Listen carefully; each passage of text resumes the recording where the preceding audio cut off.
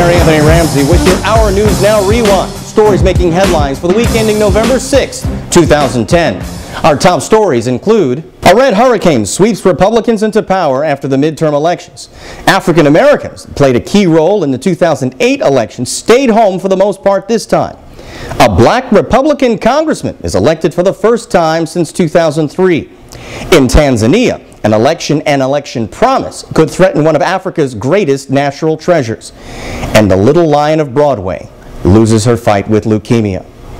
Our top story: the midterm elections bring the GOP and certain Tea Party favorites into Congress. The Republicans gain control of the House while the Democrats hold on to the Senate, but by a slim majority after losing 6 seats. The Red Storm swept 59 GOP candidates to victory, including the first African-American Republican to be elected to Congress since 2003. Conservative Tim Scott is one of many who rode the wave of anger and discontent with government and government spending.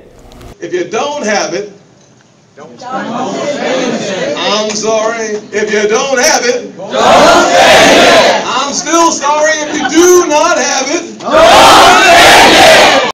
Out of 435 seats in the House, Republicans now control 243 of them, with the Democrats holding on to 192. In the Senate, the Democrats still have the slimmest of majorities, but only by a few seats after losing 6 of them. One of the winners was Tea Party favorite Marco Rubio, who beat former Governor Charlie Crist, and Congressman Kendrick Meek, who came in third. And with the departure of Illinois Senator Roland Burris, there will be no African Americans in the Senate. The president's former seat was won by Republican Mark Kirk. The president made his round-robin calls to some of the winners, including political nemesis John Boehner, who will become the new Speaker of the House. Overall, African Americans stayed home compared to 2 years ago. Only 10% of black voters participated in 2010 compared to 13% in 2008. In polling across the country, the big issues with voters remain the economy and the lack of jobs. The unemployment rate remains at 9.6%. It is more than double that in communities of color. More than 15 million Americans do not have jobs. In Massachusetts, a man is sent to prison for 9 years after admitting he helped set a black church on fire 2 years ago. 3 white men set the Macedonia Church of God ablaze right after the election of Barack Obama. 23-year-old Benjamin Haskell pled guilty to civil rights charges in June. Among the other defendants, Thomas Gleason is awaiting sentencing after pleading guilty, and Michael Jacques is still waiting to stand trial. No one from the 300-member church was injured.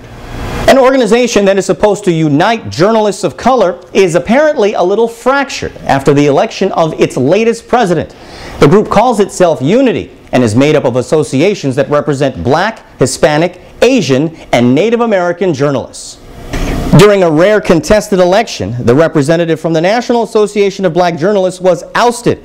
Sources say a coalition of Asian and Hispanic representatives sought to not have NABJ Rep. Barbara Sierra in charge during the group's large convention set for 2012 in Las Vegas. NABJ members make up more than half of the attendees of the event, but have never held the top spot in leadership during the convention. Black journalists who are upset by what some have described as a bloodless coup in Unity are urging NABJ to pull out of the convention and the organization.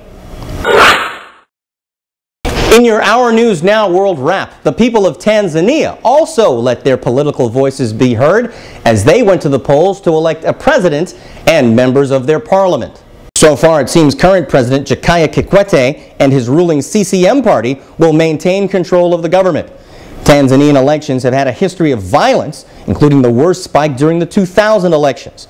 Under new rules designed to curb that violence, the government will be made up of all parties with percentages based on the election results. A Tanzanian election promise is creating concern in the conservation community, as it seems the so-called Serengeti Road is one more step closer to becoming a reality. The thruway, which would join 2 largely populated areas in Africa, would cut right through one of the largest wildlife preserves in the world. Scientists say the road would be an end to what's called the Great Migration, when millions of animals move north in search of water and food. Supporters of the project, including representatives of the Maasai tribe, say it is vital to their survival. They need also access to markets. They need roads to other places. And I'm saying this road is very important for development, extremely important. It has been left, and now there are people who are ready to help. I think they should be supported, provided that we preserve environment, but also we make sure we develop people. At least 300 scientists who have been asked the question say it is highly likely or certain that it will lead to a collapse of this great ecosystem. How we can be so short-sighted to risk losing that, I just don't know. It's a one of a kind. In the U.S. Virgin Islands, a former police officer loses his bid to become that territory's new governor. Kenneth Mapp was defeated by incumbent John DeYoung. DeYoung had received the endorsement of Barack Obama during the campaign. The U.S. Virgin Islands has seen its crime and homicide rates double in recent years and is in the middle of a rum controversy in which tax dollars would be used to help Captain Morgan's Rum move its plant to St. Thomas from Puerto Rico. In Liverpool, England, one mother of twins will not have any problems telling her babies apart as she gives birth to a black son and a white daughter. 21-year-old Shirley Wales gave birth to Leo and Hope last week. Leo came in first weighing 5 pounds 14 ounces, closely followed by his sister Hope at 6 pounds 3 ounces. Before they were born, the mother had said that if they had come out this way, she considered naming them Ebony and Ivory. But after they arrived, she changed her mind, thinking it would be a cruel thing to do to them. That's your World Wrap. In entertainment news, actor Wesley Snipes is headed back to court to try to convince a federal judge to give him a new trial on tax evasion charges. The actor, who now lives in Florida, says that his first trial that led to the conviction for not paying taxes was flawed because the jury was biased. U.S. District Court Judge William Terrell Hodges will hear arguments on November 15th. Snipes argues that some jurors decided that he was guilty before hearing any evidence, and prosecutors hid damaging information about a key witness. Snipes faces 3 years in prison. He remains free on bail pending his appeal. And finally, she took Broadway by storm with her pint-sized but powerful performance in The Lion King a few years ago. But now the lights of Broadway have been dimmed after little Shannon Tavares loses her battle with leukemia. Tavares, who played the role of Nata, was looking for a bone marrow transplant match to help save her life, but her multi-ethnic background made it difficult. Her plight was championed by Alicia Keys, Rihanna, and 50 Cent, but in the end, a perfect match was not found in time. Of life.